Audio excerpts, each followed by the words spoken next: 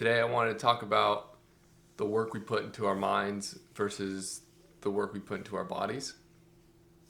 I think in society, it the work you put into your body is far overvalued or more overvalued than the work you put into your mind. I think a lot of people forget that your mind is far more powerful and far more valuable than your body. And you have a lot of people who look at a person with abs or a big chest and they say, wow, that person's successful, that person's awesome. We ooh and ah at the people with broad shoulders and big chests and big biceps, but we don't stop to ask how strong their minds are. How weak-minded are they? Are they riddled with greed and envy and lust? Are they in shackles of anger, victims of anger? The things that really matter. We have to remember that God doesn't care about how many abs we have or how fast we can run a mile or what our bench press is. God cares about our character. God cares about our soul. He cares about how unstained our soul was when it leaves this earth. It cares about whether our emotions controlled us, how strong our minds were. This is what we need to focus on and what we need to prioritize. Now, before I continue into this video, I want to stress the importance of having a healthy body, a healthy and fit body. I mean, our minds cannot operate and exist in this world without our bodies. We are in debt to our bodies, at least when it comes to existence in this world. We need them.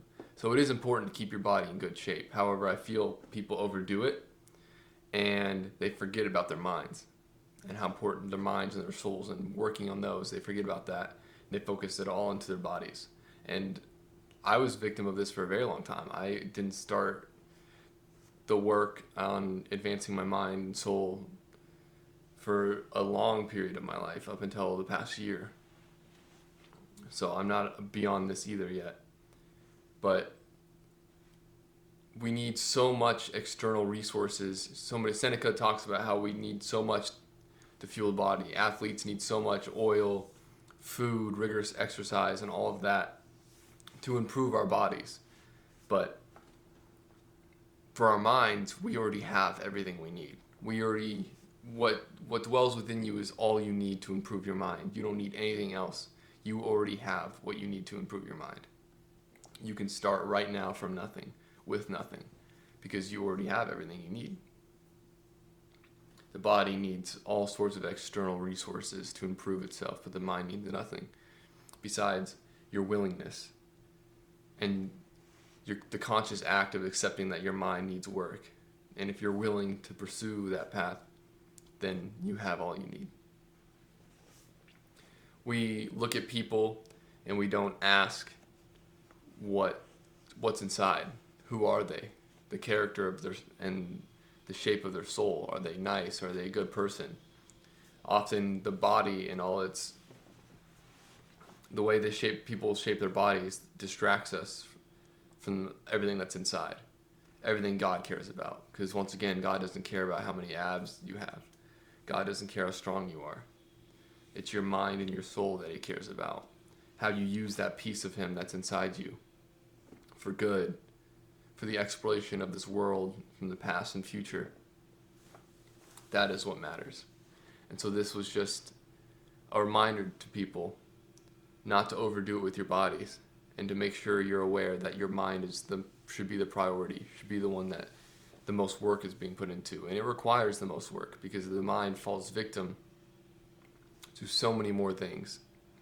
So many people's bodies can go through rigorous training, can be blazed by the sun, can be cut up and all sorts of things, take major beatings. But can your mind take blows from fortune? Can your mind handle the pressures of emotions, from the pressures of the moment? Do you collapse in on yourself? Do you lose rational thought? Do you let fortune control you? Does your happiness depend on the things around you? You may have a strong body. You may be able to endure things physically, but mentally, can you endure the challenges that life puts on the mind? I think that is the bigger question, the more important question. And that's what I'm beginning to prioritize. Without forgetting the body as well. Don't forget your body, because if your body is useless, if it's destroyed, then your mind can't really do much. if you're bedridden all day, how are you supposed to help people? How are you supposed to explore? How are you supposed to develop yourself? It's very limited. So the body is important, just it isn't everything, and it isn't what God cares about. I hope this was able to put in perspective the differences between working on the mind and working on the body, and help reprioritize, your values. That's all I got for today.